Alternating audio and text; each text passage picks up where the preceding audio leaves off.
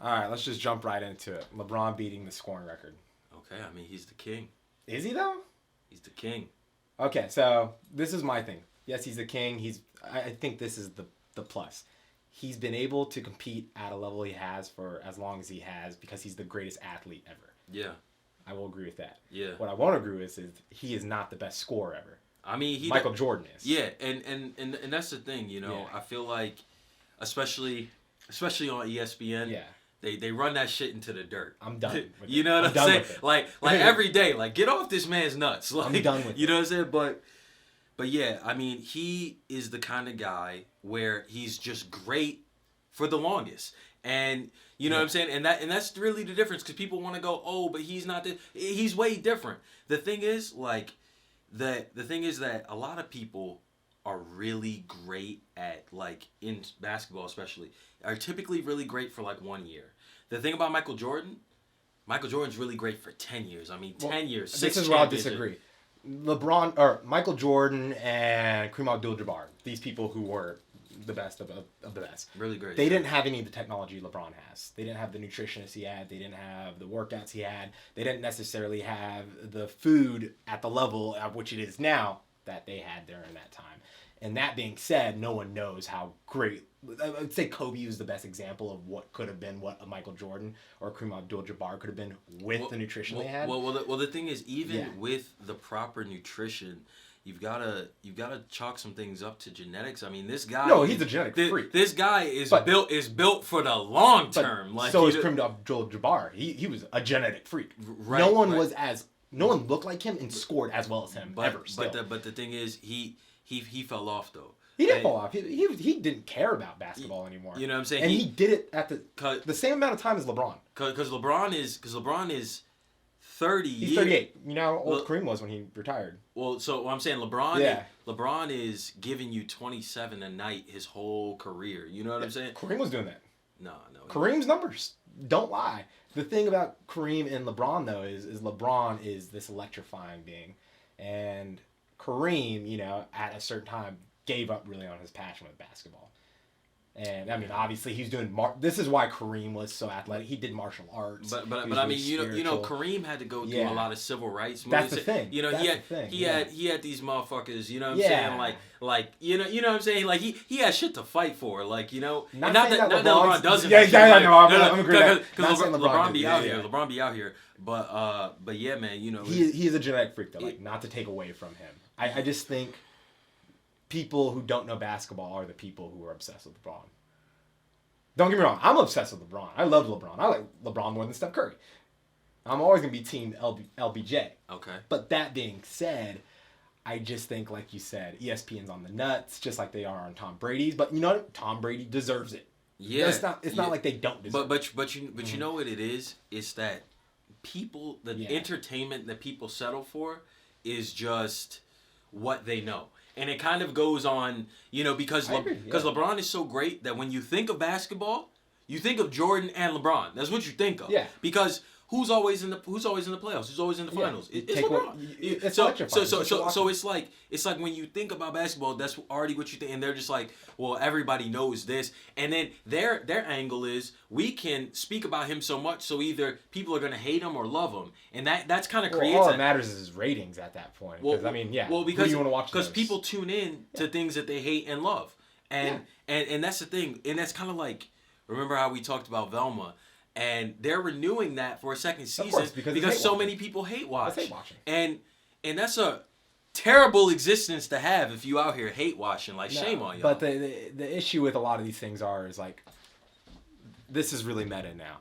People like us talking about this is still bullshit. This is a millionaire throwing a ball in a hoop. It's not important.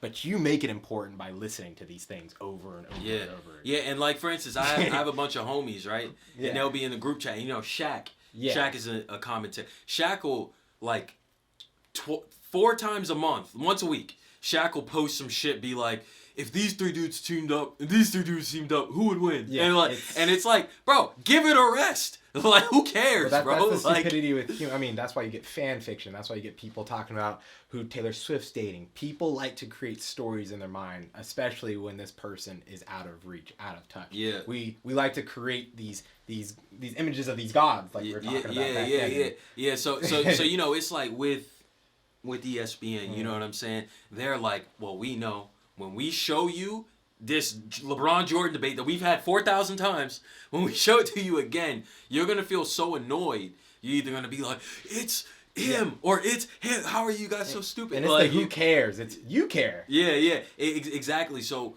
the more people that tune out, the less you'll actually have to hear about that sort of shit. I mean, the more of you who watched this episode shows that you care. Yeah, come on, y'all. No, I'm joking. We're not talking shit about you. No.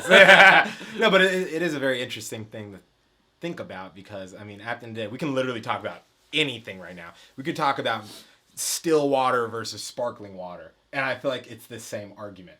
You can talk about all these numbers and stats and numbers and stats. And growing up, I used to hate watching my brothers, my grandpa, my uncles watch people talking about sports. It was the most annoying thing. Yeah, no, you really don't like that. I told you about it. I hate people talking about sports. I really hate people talking about movies. I think you would rather, like, stub your toe than hear. Exactly. I like experiencing something that's happening. I stubbed my toe yesterday. That shit really hurt, big dog. I'm going to let you know. It's the fucking... It's infuriating. That's the exact way to talk about it. Like, I can't stand that people just... I mean, it's the equivalent of watching people play video games. Unless it's like an e-sport, obviously. That's completely different. They're professionals. He said it was an e-sport is different. Like, it's not different, bro. You know, it is. If there's people being paid millions to win a competition, that's completely different than me casually watching John, Chuck, and Larry, PewDiePie, or whatever, play Fortnite. I don't care. But if they're playing Fortnite for millions of dollars, that's interesting. Then you care. Competition to me, inherently, is the reason why I liked sports. I don't watch them really that much anymore. Yeah, me neither. I don't know what happened now. It turned into entertainment, but I didn't realize that it's always been that. There's just a lot more bullshit around it to make it more entertaining and more spicy. I didn't care about any of that. I like the fucking the camaraderie of one side versus the other, and then victory. You know something that is really interesting is that no matter how people try to spin it, like with numbers or that sort of shit, it's always going to be subjective. It's all subjective. So it's like, it's really just comes down to you and how you feel. So, you know, like, you're never going to feel the same way as everybody else. So, like, to try to even, like, argue your point that's subjective is really mute. And, you know, the numbers only matter, and this is a great example. Moneyball's a great movie. It's a great example. Numbers only matter to the team, the coaches, and the player. It really doesn't matter to you as a person. I don't know why people get so obsessed with numbers. I need to know how many this person averages where on the court so I can be able to stop them there. Or I need to know where I'm the best on the court so I can be able to get open. Well, the thing is, you got to remember, sports are an activity that's based around gambling. Of course. The money part. No, that's where I go back. That's where the numbers come back. That's where I like. So we bring back the numbers and we say, hey, look, boom. this guy might score, but you know this team has a defense, and defense stops really good inside the. I agree with that. So then you, especially if I'm betting. Yeah. If I'm when money's on something, that's completely different. That is completely, it's true, but it's like, I see these people casually in like a barbershop or the bar just arguing, and I love stopping. I'm like, what did fucking Aaron Rodgers do for you? Yeah. Oh, so shut the fuck up. Who cares how many interceptions or shit he got? You're not making money off of him. Yeah, right. But you know what? These people allow individuals to live vicariously through them by embodying ideas and just morals and attitudes that they would, because when they see this person, they like, if I had this level of skill, if I was in this position, I would do it like that guy. And that guy gives them... I love when they put themselves in these positions with none of the work. So, well, I mean... No, I'm saying the people, the path. No, I know what you're saying. I'm saying, take it easy. No. No, because I can't stand when people... I mean, I'm an actor. He's a singer, but he's an actor as well. But, you know, we're artists. I hate when people are, like, casually like, I think I'm going to start acting this year. Oh, yeah, you're just going to casually do what I've been doing for 10 years?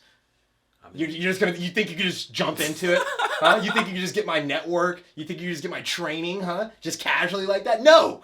You think you could be Ronaldo? No! You can't be. And I talk shit about Ronaldo, but I will never say he's not the best. Mm-hmm. Mm-hmm. Like what really peeves you about people wanting to casually dip a little toe into something that you do seriously? No, because they don't think it's casually. They just think they're just gonna try something out. They're never gonna just try something. You're not gonna make it. And I can't stand the people who are just not committed and living efficiently. Now, not everybody's like that. That's me. I like using the full capacity of my being in a way that benefits society. See, you get the capitalism and you get the socialism. So I'm gonna say you don't like people who aren't going hard. You don't like. There we are. You don't like people who are half stepping. Yeah, especially around me. As a matter of fact, it offends you when people are half stepping about some shit that you care about. Oh yeah, and I used to be. Well, people used to say, "Well, why you shouldn't let that offend you? You shouldn't let that offend you." No, and you know what? We're talking about these people like Michael Jordan or Michael Jackson or LeBron. It offends those people. They wanted to be the best. They talk that way. But do you think because there's so many people who are like that? Do you really think they just start to ignore? Because no, because watching their interviews, I actually didn't realize it because I do watch a lot of these people's interviews. Not because I passively like them. I don't care about them really. I personally, I don't have. I'm not a fan. And not to shout out to any of my friends or family or people watching. Being a fan is short for being a fanatic. I'm not a fanatic of any being on this planet. No God, no form. I'm not even really a fanatic of me. Now, if there's anybody I would put on a pedestal, it would be myself. And I think more people should do that. That's the issue I'm talking about. Okay. We put these beings on pedestals, and that's first off too much pressure for them. And not only that, people get egotistical, all these things, but you're putting yourself down and you become less than, and you start half-stepping. I think that's the issue, but it will continue to persist. It'll always be. But there's many reasons a person could be half-stepping. Of course, I agree. Not just that. That's an example. Yeah. That's an example of now being lazy. Now, what if you just acknowledge most people are half-steppers? And this is... I call them out. This might be a human condition. Like 100%. I agree. It might be a natural occurrence I agree. Of being trapped in this flesh sack I agree. On this planet amongst these ape-like creatures. And... Well, you start to realize that you might not be Michael Jordan. And I don't think that way personally. Well, I was going to say, when you realize that this is the human condition and that it's so prevalent, maybe you feel a little empathy for those. Seeing as how you have been blessed with such everybody's blessed awareness. Hey, everyone's not blessed. No, there are people born in huts with AIDS. No, okay, that being true. That's true. No, hold on. Everybody's blessed. Let's take it Not easy. Everybody has privilege. That's completely different. The fact that you're alive on this planet is a blessing. Is it though? Yes, it is. Is it though? You know how many trillions of sperm and egg cells don't produce human beings? If you want to talk about numbers, that's one of my favorite numbers. Go ahead. Go ahead about that. The fact that you're a human being alive, and see, this is why I don't really have empathy for a lot of the people who are mopey or sad or any of that, because I personally am not that, but because I know I can get myself to not be that way. I actually used to be the exact same way as Dirk here, and the reason why I've changed is because I've learned that the reason I am the way I am is because the experiences that I've had. That's true. And the experiences that I had and my personality to go along with it. That's true. Now I have found... We're not disagreeing. I found that the people that I had the most problem with like this were people who didn't have the character traits that I had. Agree. They found themselves in different situations. Agree. And I came to realizing after reading many literature that if I were in those people's shoes with their characteristics, with those same experience, I would be the exact same sad fuck who's half-stepping. You are that person. Hey, I'm not half-stepping. No, you are that person though. We all have the capacity to be everybody on this planet. Right. So we agree with the oneness. So in that, there's a little bit more that makes you empathetic towards this way. Compassion to that makes me less empathetic on this way. But we believe the same thing. Yeah, you know, because I don't want to speak ill about these people, even though they're half. I never will. I hold people all to the same standard, and I think equality, which everybody preaches, is not what people want. Right, but you see, they want equity. Marcus Aurelius states that you should hold yourself to a higher standard than others. That's all I do, and that's kind of that's all. And you know, because for the longest I was holding others to my own standards, and of course they come short. Well, people will do this. They come short. They'll hold Michael Jordan to the standard of he's the person who knows something because he's above me.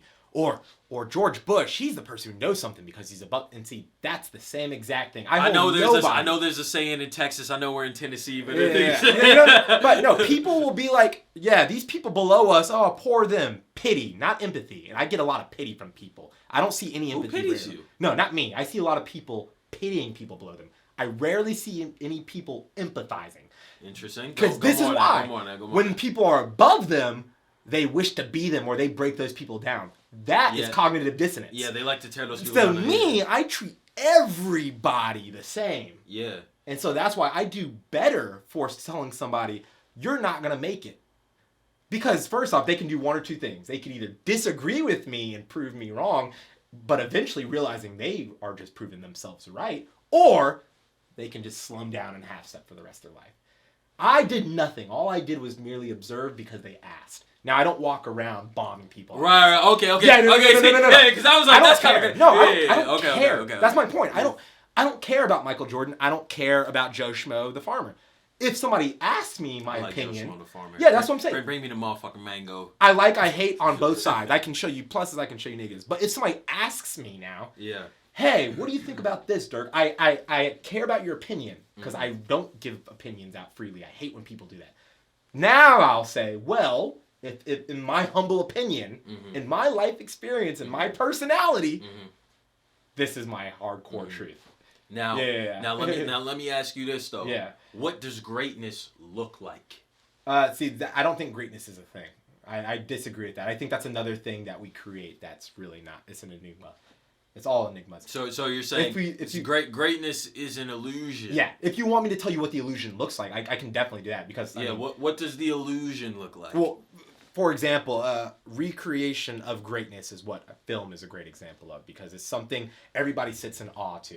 Greatness is something you sit in awe to, and it's a shared human condition. It's an experience that we all can't really exclaim, but we just all agree with it. Or LeBron James is another example of that. Or a great song like Bohemian Rhapsody is another great. Those are things that are called great. At the end of the day, they're just people. Or like when Kim Kardashian broke the internet with her ass, exactly. And everyone was like, "It's greatness. That's a sweet ass." Yeah, that's it's something that you hold awe upon, and we used to do that with our religions. Some people hold champagne upon it, yeah, but I personally. But it's enough about Ray J. I think you're great. Oh my fucking god! No, but I see you as somebody that's great.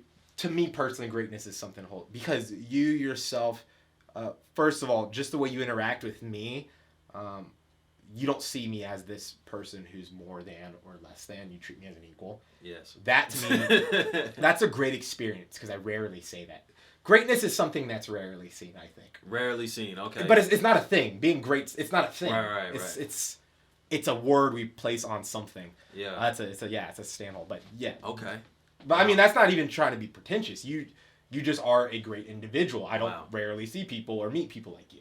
And I feel like you're also great, which is why I said, hey, man, we should do some shit together. Oh, we constantly do. Oh, my God. And it's because, it's because we rub against each other because diamond can only sharpen diamond. Our disagreements constantly make me better, make you better, and eventually we get somewhere better. Yeah. Yeah, and I find people who can articulate why they have the difference and actually bring up valid points. It actually helps grow your mind and perspective. Yeah. And the great thing about perspective is that when you're able to see where someone else is coming from, then I think it'll give you more empathy towards others, but it'll also allow you to have a greater experience about whatever you're talking about. So, for instance, Y'all gonna hear that shit. my basketball fans, you know, all the people that are so hardcore Michael Jordan, so hardcore LeBron, if you sit and you see where these other people are coming from, you might find that there's more in basketball that you might have been missing out on. Of course. Like, there's more for you to love and enjoy about the thing that you care so deeply about. Yeah. I agree with that. I would stop right when Yeah, you go through right when I'm done, speech. like, goddamn monologue. If you guys heard that car alarm, just Fuck know that I have car. very little empathy for that. Yeah, fuck that entire car. No, but you're right on that, Shane. I mean, everything's gonna be a better experience. Like I said, these conversations are good, but I don't think this is life. I think living is being quiet, listening, experiencing the world, and not taking life personally, but also experiencing as you are, everybody.